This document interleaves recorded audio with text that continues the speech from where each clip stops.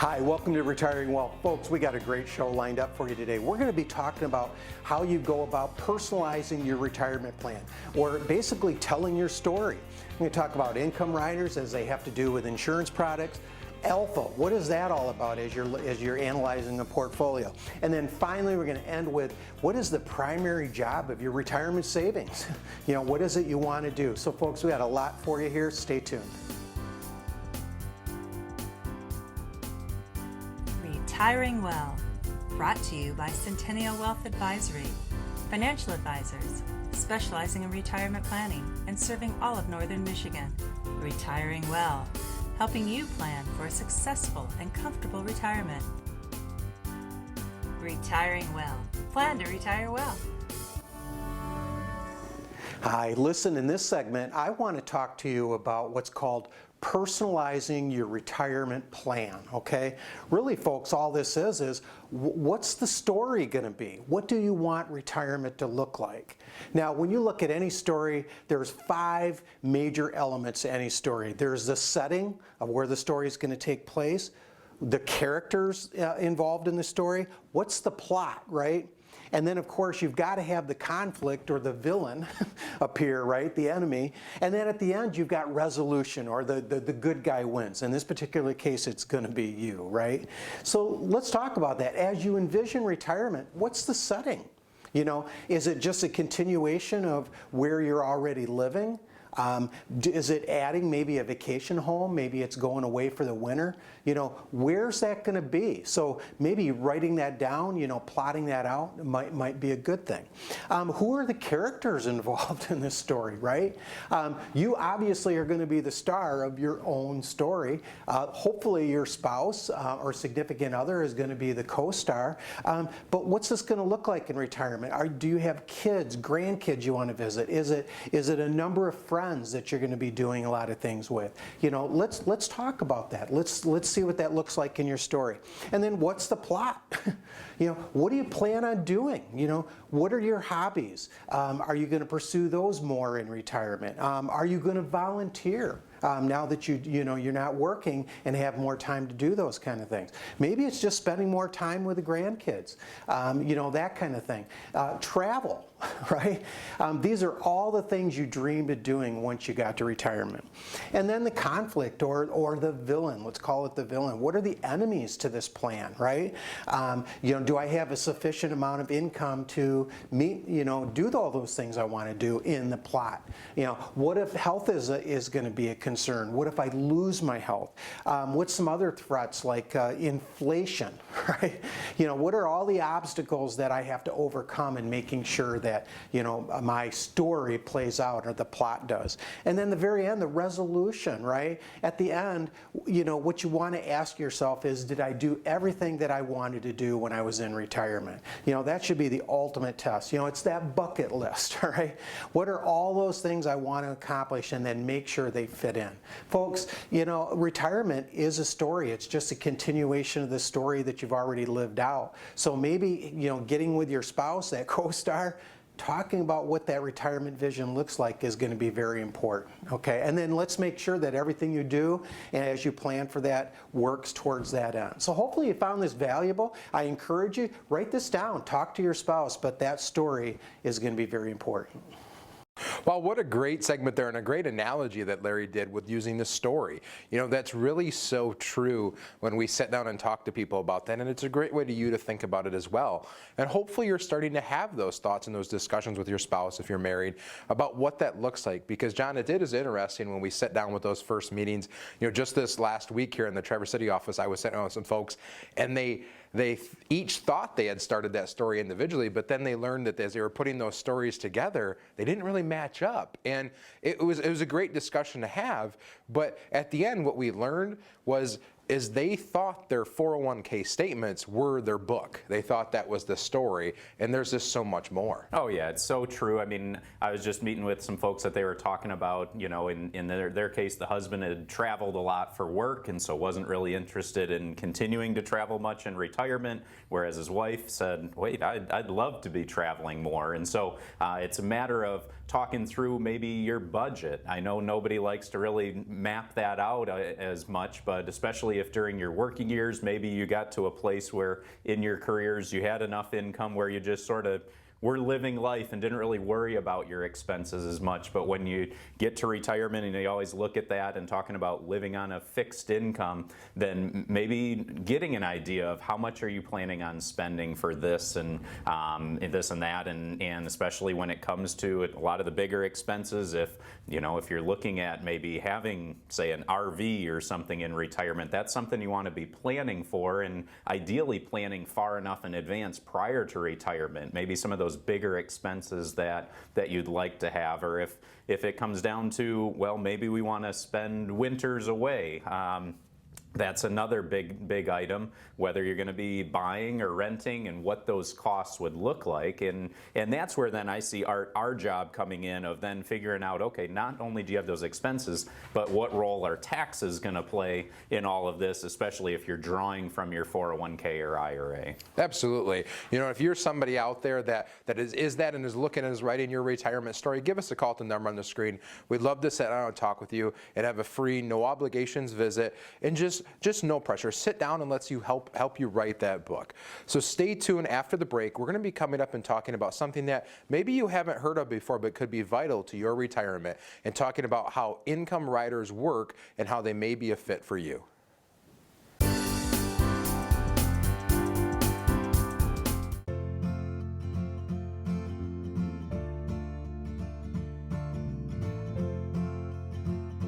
Every success story starts with a plan. The success of your retirement depends on a solid financial plan. If you are nearing retirement or already retired, we invite you to an informative live event to help you plan to retire well. There is no cost and no obligation, and dinner is on us. We are Centennial Wealth Advisory, financial professionals, specializing in retirement planning, serving all of northern Michigan, with offices in Traverse City, Cadillac, Petoskey, and Gaylord. Our presentation includes 3 retirement success questions you need to ask. The surviving spouse tax trap, how can you avoid it? How 2 similar portfolios can end up with 2 drastically different results. The difference between the fiduciary and suitability standard of care. Stock market risk exposure, and more. Call 888-608-5825 to register and choose the date and location that works best for you. Thursday, September 9th at Boone's Long Lake Inn in Traverse City. Tuesday, September 14th at Lakeside Charlie's in Cadillac. Or Thursday, September 16th at Big Buck Brewery in Gaylord. The live event starts at 6 p.m. and is free to attend, with a complimentary gourmet dinner to follow. But seating is limited and tends to fill quickly. Call 888-608-5825 to reserve your seats today. Don't miss this important live event to help you plan to retire well. Call 888-608-5825 today.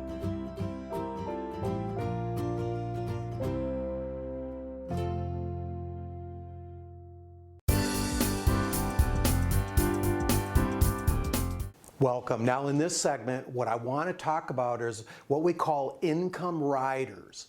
Now folks, these are things associated with insurance products, okay? The 2 I want to talk about today are what are called variable annuities and fixed index annuities.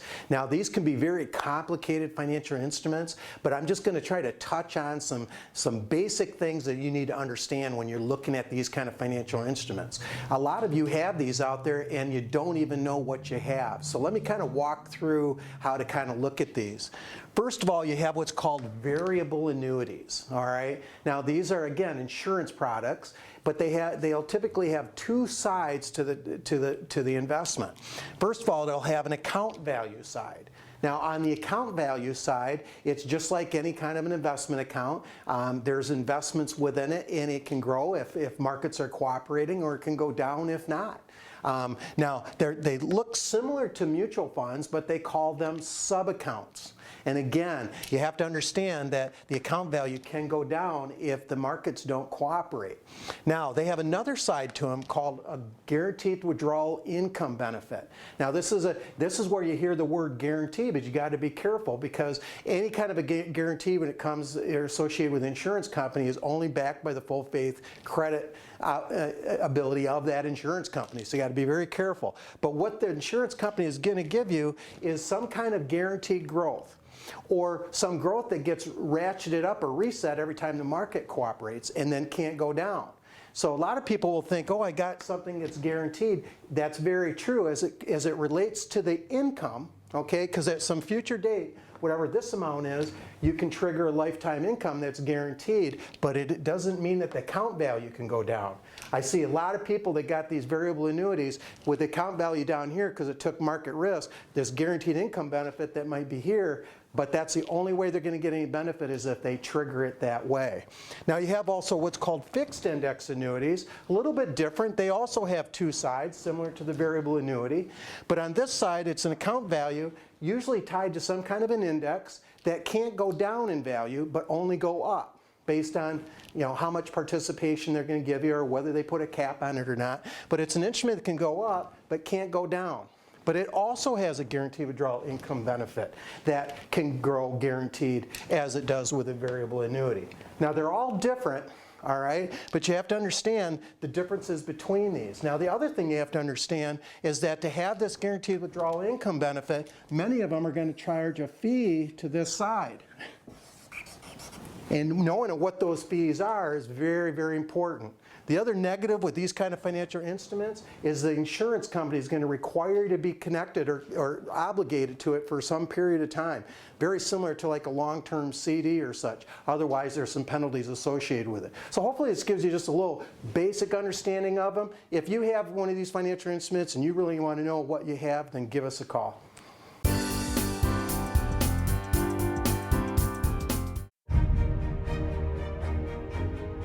Professional golfers have a game plan.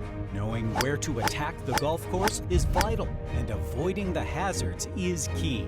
As you can see, we aren't professional golfers. But at Northern Michigan's Centennial Wealth Advisory, we are professional financial advisors. And just like a good golfer, we have a game plan, a holistic approach for your financial future, using income planning, tax planning, estate planning, wealth management, and healthcare planning to help you plan to retire well. We have lived in Northern Michigan all our lives, and we have offices in Traverse City, Gaylord, Petoskey, and Cadillac. Give Centennial Wealth Advisory a call or visit us at cen-wealth.com and let us help you plan to retire well.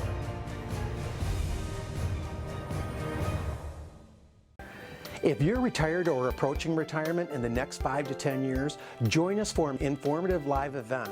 This event is all about you, the challenges you face, and the information you need to help you build the future that you want. There's no pressure to become a client. Our goal is simply to give you valuable information that you can use to make smarter financial decisions. We hope that by the time you leave this event, you'll be one step closer to your retirement goals.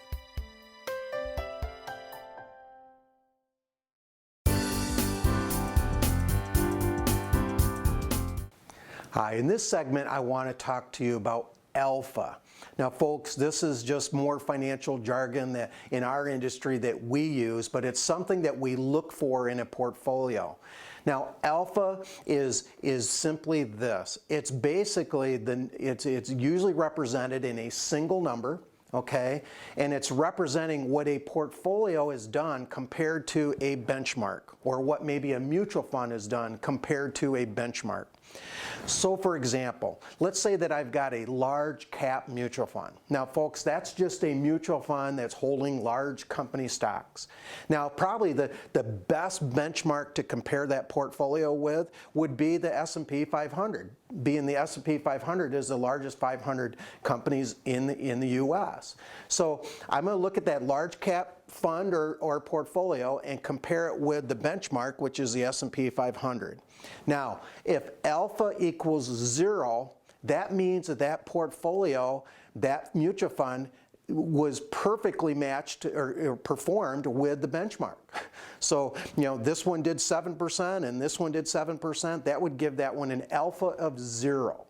Now, an alpha of 3, for example, meant that that portfolio did 3% better than its benchmark. Okay? Now, if that number was represented as a negative, okay, let's say -5, it was the alpha.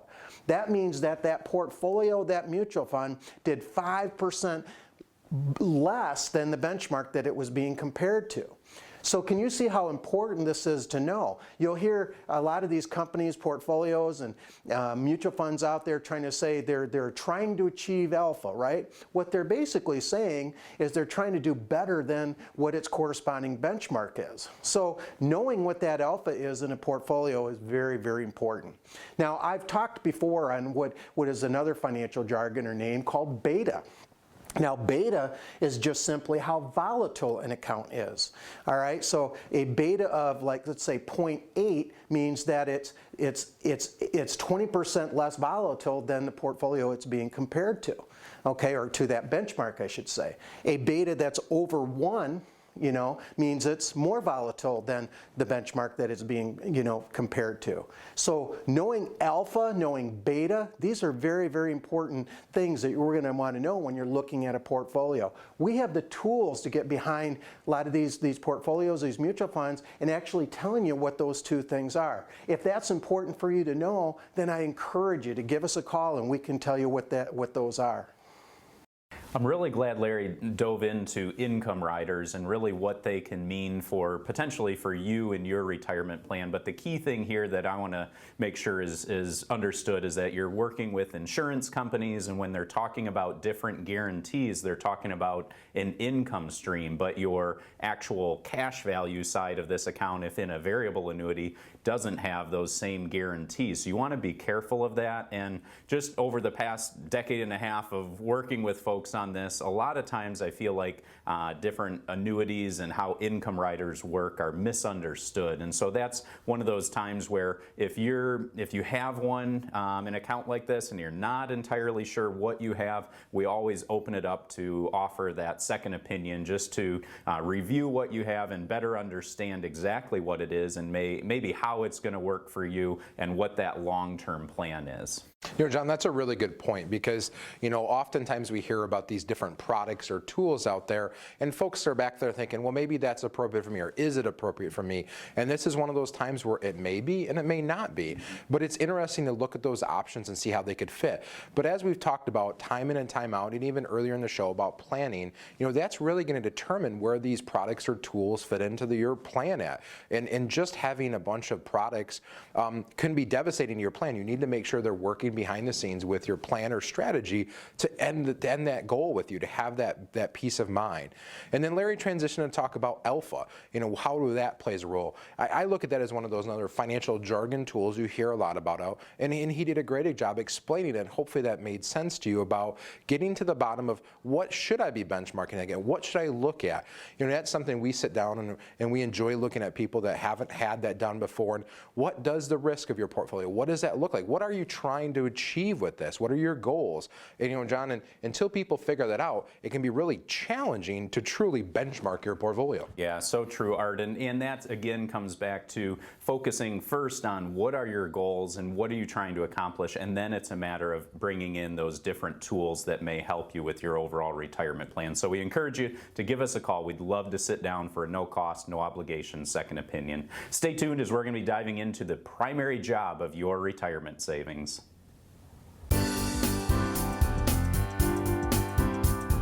Are you retired or approaching retirement in the next 5 to 10 years? Join the Centennial Wealth Advisory team for an exciting presentation with complimentary gourmet dinner and learn essential financial strategies for a comfortable retirement. 3 dates and locations to choose from. Call 888-608-5825 to reserve your seats today. There is no cost and no obligation. Call 888-608-5825.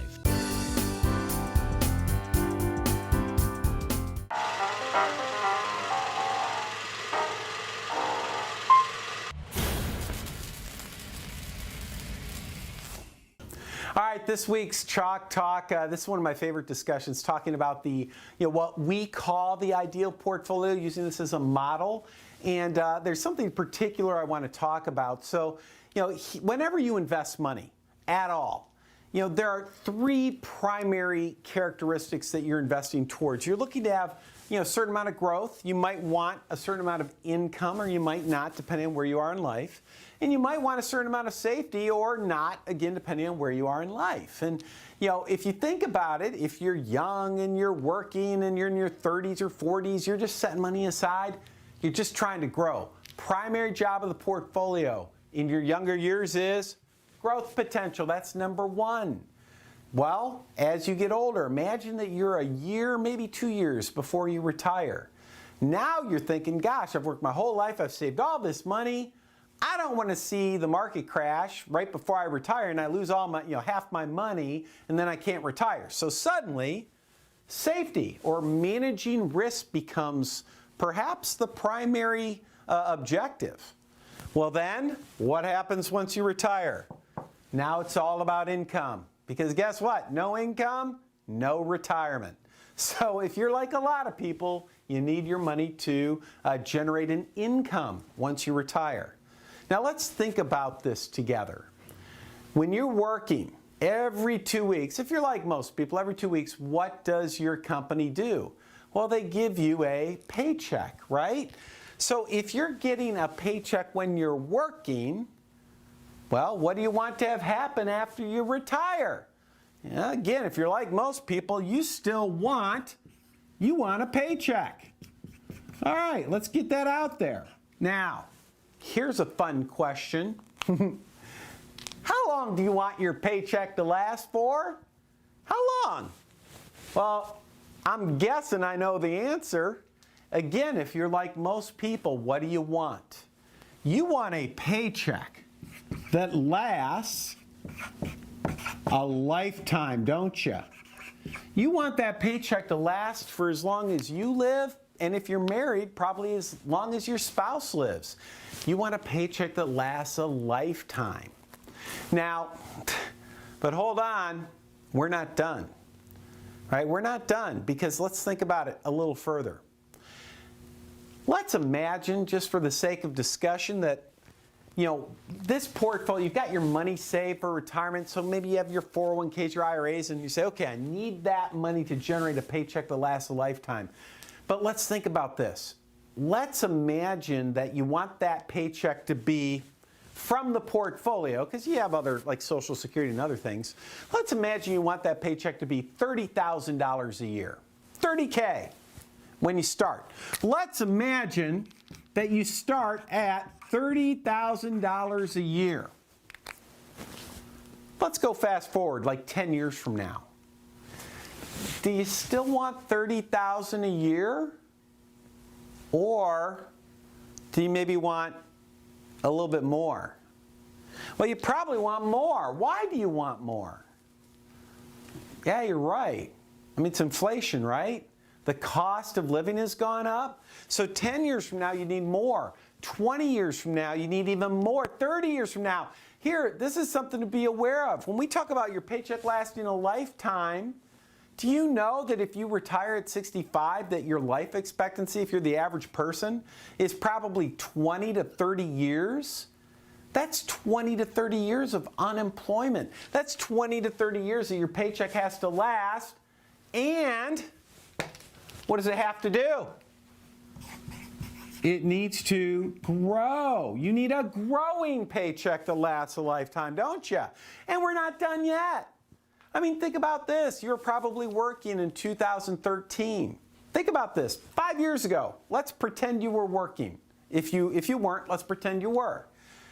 Did your company come to you and say, Bob, Mary, hey, good news. We noticed that the stock market is up 32% this year. We're going to give you a bonus of 32% in your paychecks to reflect that the market's up 32%. Did they do that? Yeah, I didn't think so. No, nobody does that. But you know what else they don't do? In 2008, the market was down 37%. Did they come to you and say, Bob, Mary, we got to reduce your paycheck by 37% because the market's down? No, they probably didn't do that either. In other words, if you're like most people, you probably had a steady paycheck when you were working. Well, if it was steady when you were working and growing, don't you kind of want it to be the same way after you retire? Don't you want it to be steady and growing after you retire? Yeah, probably so. So really, what is the primary job of your retirement savings?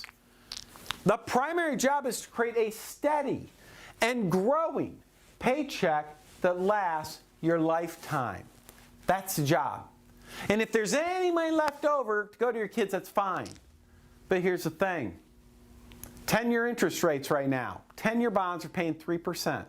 The market, who knows what it's going to do. It is harder than ever to do this. That's why working with a fiduciary who is an expert in this area often makes a lot of sense. Oh, it was great to see Mike again there, and he did a great job talking about the different reasons why you have or what the purpose of that retirement savings is. And often we get questions here at the show, oh, I haven't seen Mike for a while, or I haven't seen him around.